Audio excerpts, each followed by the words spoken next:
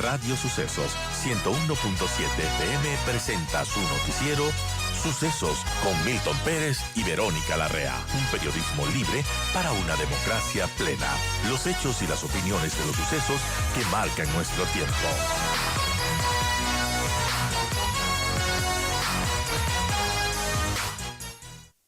Y bueno, quisiéramos que nos ayude a entender un poco para no emocionarnos tanto, para no hacer las maletas y comprar los pasajes de Europa y toparnos de que todavía este es un proceso. ¿Qué tal, Esteban? Gracias por estar con nosotros. Y bueno, cuéntenos cómo funciona este proceso, porque muchos se emocionaron con esta noticia y bueno, quisiera que nos cuente usted a ver qué es lo que podemos esperar, qué tanto nos podemos emocionar. Bienvenido, Esteban. Hola Verónica, muchas gracias. Un placer ser parte de este espacio. Efectivamente, muchos nos emocionamos, yo creo que con justa causa, porque lo que finalmente hemos visto es luz al final del túnel. Esta idea de lograr tener una exención del visado Schengen ha sido una lucha que ha tenido el Estado ecuatoriano desde hace mucho tiempo, y creo que fue este uno de los pilares fundamentales del gobierno del presidente Lazo. Empezó con esta idea del más Ecuador en el mundo y más mundo en el Ecuador, lo inició el canciller Mauricio Montalvo y ahora efectivamente lo está logrando conseguir el canciller Holguín. Pero creo que hay que hacer primero hay que entender bien de dónde viene esta idea y cómo logró finalmente el Ecuador entrar en esta recta final. Lo primero es que nos preguntábamos por qué nuestros vecinos sí tienen esta exención, Perú, Colombia y el Ecuador no. Esto se da en el marco del acuerdo comercial que firmó la Unión Europea con Perú y Colombia. Nosotros no fuimos parte de ese acuerdo inicialmente y años después el Ecuador se adherió, por eso es técnicamente lo que firmamos es el protocolo de adhesión al acuerdo multipartes. Pues bien, en este acuerdo se establecía la exención del visado Schengen. Entonces, desde ahí empezó una bifurcación, pues, porque el Ecuador quería que este acuerdo que reza en el acuerdo comercial, pues se lo implemente. Y se pusieron muchas trabas, que nos faltaba el pasaporte biométrico, pero yo creo que en el fondo lo que pasaba es que yo soy yo y mis circunstancias. Vino una pandemia, vino una Así recesión es. económica, cambiaron las circunstancias al interior de la Unión Europea y entonces la voluntad política ya no estaba ahí. Entonces, ¿qué es lo que termina pasando?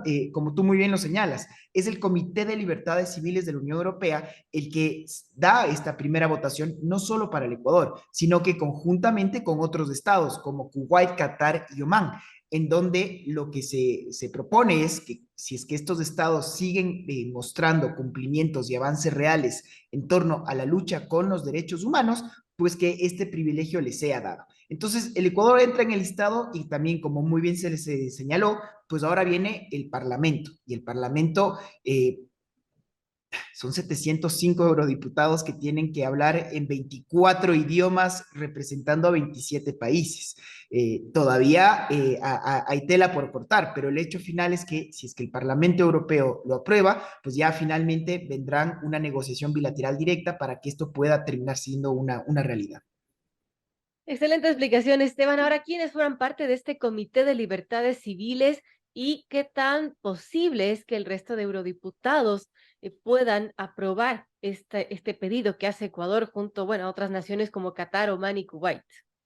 Entonces, ¿cuál era la idea? Habían muchos parlamentarios, por ejemplo, el Reino de España, que sí, tuvimos la visita, pues, del propio presidente del gobierno hace escasos meses aquí en el Ecuador y hubo este compromiso político de Así ayudar es. al Ecuador en este efecto. Y se decía, entre otras cosas, que como hay una oleada de gobiernos populistas de izquierdas, que la Unión Europea no podía dejar solo al Ecuador y que por lo tanto se tenía que dar una mano en torno a lo que sea la lucha por la institucionalidad y la defensa de derechos. Ok.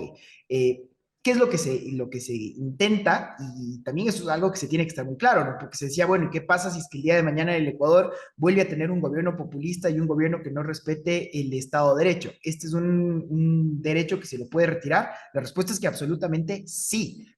Con Kuwait se dijo, por ejemplo, este beneficio está condicionado a que usted detenga este programa que usted tiene en donde se acepta la pena de muerte. Acatar lo que sabemos con respecto a las libertades civiles de todos los grupos LGBT, de la situación de las mujeres. Ya el Ecuador se llamó la atención y se dijo que si bien hay avances importantes, todavía hay mucho que hacer en el tema carcelario, por ejemplo, en el tema de minorías indígenas y también en el tema de género.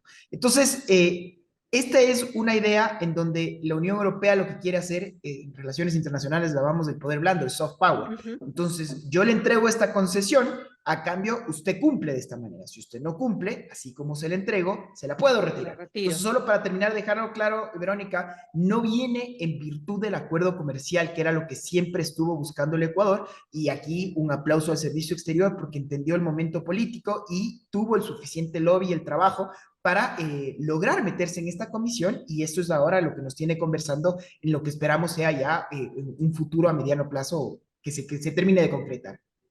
Ahora, Esteban, tal y como lo anota entonces el canciller Juan Carlos Holguín, es que en verdad sí hubo un trabajo de las misiones en Europa ecuatorianas, especialmente, como él lo anota, ¿no? En Bruselas, Madrid y el equipo también de Cancillería acá.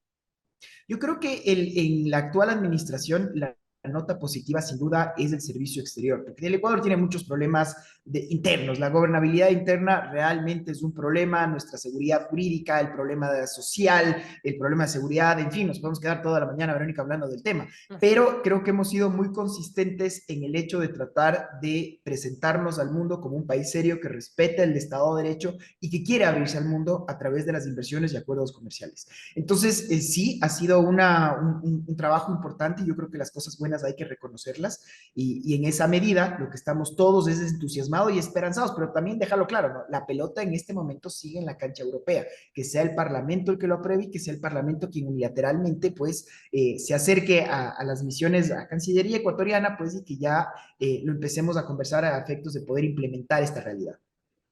Excelente, amigos. Son las 7:29. Conversamos con Esteban Santos, abogado internacionalista, docente de la UDLA, sobre los avances en este proceso de eliminación de la visa Schengen. Esteban nos está ayudando a entender cómo funciona este proceso, porque no es algo que se da de la noche a la mañana y no es que mañana lo aprueban y tenemos que ya comprar el pasaje e irnos, porque no funciona así.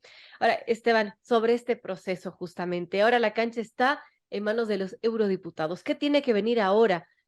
Con la votación del Parlamento Europeo y cuáles son los siguientes pasos en una virtual caso de que los eurodiputados aprueben nuestro tema de retiro de la visa Schengen.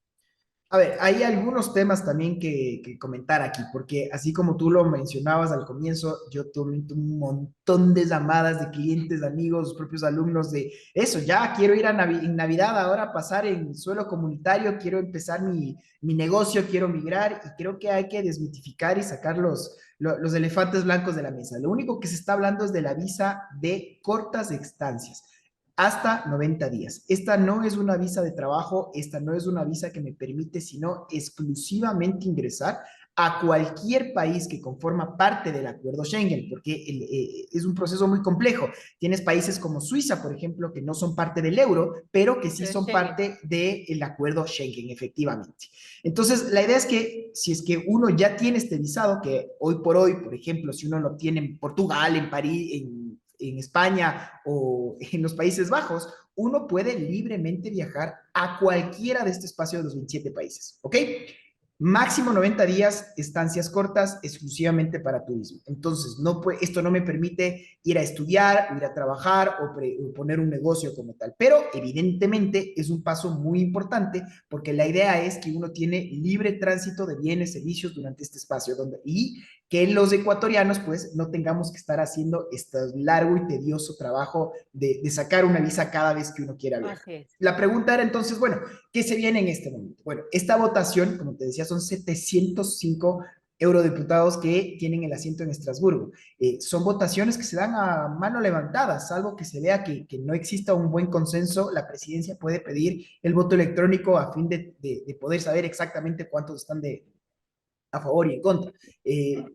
Cada cuánto se reúnen, cuándo vamos a poder estar en la hoja de ruta, pues, porque una cosa es que se reúnan los Exactamente. eurodiputados y otra es que logremos justamente que el Ecuador entre en ese orden del día.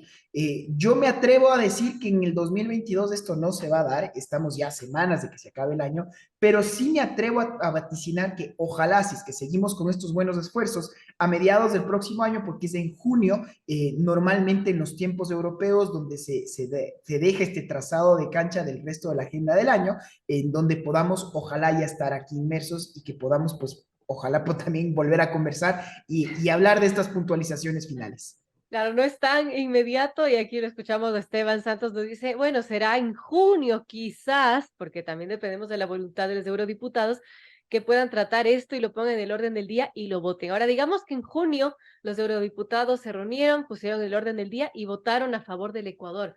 De allí, ¿qué tendría que pasar? Porque tampoco es así de inmediato. Correcto. Que primero nos separamos de este grupo. No es que estamos en la misma canasta con Kuwait, con Omar y con Qatar, que muchos también me mencionaban esto, porque estamos metidos en este saco con tantos países árabes. Entonces, bueno, se logró este primer lobby, hay que entender que se dio esta primera votación por parte de este Comité de Defensa de Derechos Civiles. Ok, es el Parlamento el que decide, pero una vez que se da esta votación, ya, ¿cuál es un poco la idea de esta votación? De que pueda justamente afinar partes del texto entre el Consejo de Derechos Civiles y entre el Parlamento Europeo. Y una vez que ya se afina este texto, ya viene pues la implementación, y esa sí ya es bilateral entre la Unión Europea y en este caso entre la República del Ecuador. Un poco las condiciones que yo le pongo a usted para que pueda tener este beneficio, dejar claro que no es un tema que lo tenemos ganado de aquí por siempre, sino que está sujeto al cumplimiento del respeto a los avances en tema de materias de derechos humanos, y que si bien está inmerso en el acuerdo comercial, no lo estamos obteniendo en virtud de aquello, sino en virtud de esta votación que le acabamos de explicar. Muy importante. Ahora, cuando, si es que el Parlamento de Eurodiputados ya vota, igual y aprueba, ¿tendría que pasar varios años, Esteban, o cuántos meses para que esto sea una realidad? Bueno, hay muchas trabas burocráticas, como decía, por ejemplo, el tema del pasaporte biométrico, por ejemplo, que es una Que ya lo obligatoriedad tenemos.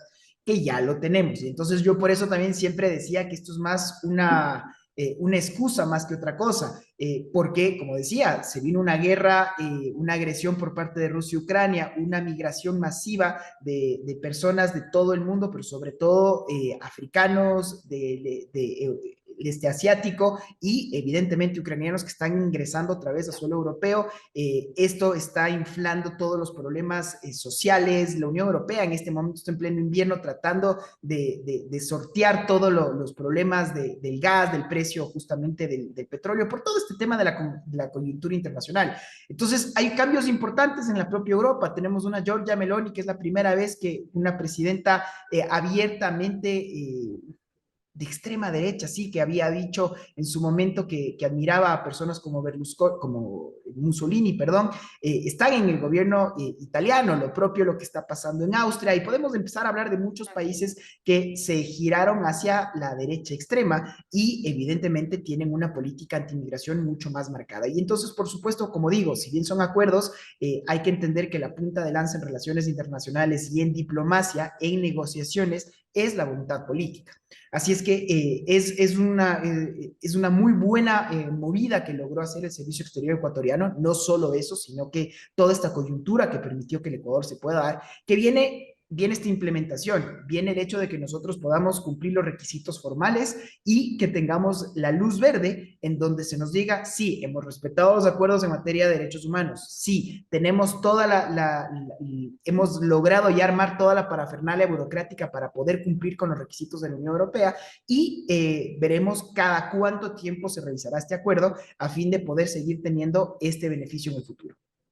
Bueno, ojalá para junio tengamos ya la votación favorable de los eurodiputados y esto pueda ser una realidad para muchos ecuatorianos, porque sí, es tedioso estar sacando este trámite, ¿no? Que para muchos además lo niegan y no pueden ir a Europa a Correcto. vacacionar, a gastar el dinero allá, además. Pero bueno, eso ya lo veremos más adelante. Gracias a Esteban Santos, abogado internacionalista, docente de la UDA, por explicarnos todo este proceso que tiene que ver con el visado Schengen y bueno, la posibilidad de que se nos quite este trámite para los ciudadanos ecuatorianos. Esteban, quizás algún comentario final sobre esto. Bueno, dejar claro también que si una persona excede su tiempo de estadía de los 90 días, pues como cualquier otro ciudadano que se encuentre en situación irregular, será expulsado, tendrá esa persona un impedimento de volver a ingresar por el incumplimiento de estas recomendaciones. Como digo, estamos hablando de estancias cortas, es un avance importante, es un hecho a recalcar como positivo, lo bueno también hay que decirlo, y ojalá que se siga dando estas buenas noticias en el marco internacional. Estamos atentos a ver en qué va a acabar el ingreso del Ecuador a la Alianza del Pacífico. Vamos a ver muchos de los acuerdos comerciales que se están tratando de hacer con Corea del Sur, con países como la China. En fin, todavía hay mucha tela que cortar, pero en este momento hay que decir el enhorabuena porque hemos logrado, pues, como país un avance importante. Vamos a decir que en esa área, al menos, el gobierno ecuatoriano ha tenido una Correcto. buena labor. Gracias, Esteban Santos, por estar con nosotros. Sin duda hablaremos más adelante sobre estos acuerdos que están ya a puertas de firmarse. Y bueno, lo de la Alianza del Pacífico, que también es un tema porque está pendiente lo de México. Hablaremos también con el ministro Prado próximamente para que nos cuente los detalles de eso y también con Esteban para analizar las implicaciones de todos estos acuerdos. Gracias, Esteban Santos, por estar con nosotros. Un placer, Verónica. Un buen día.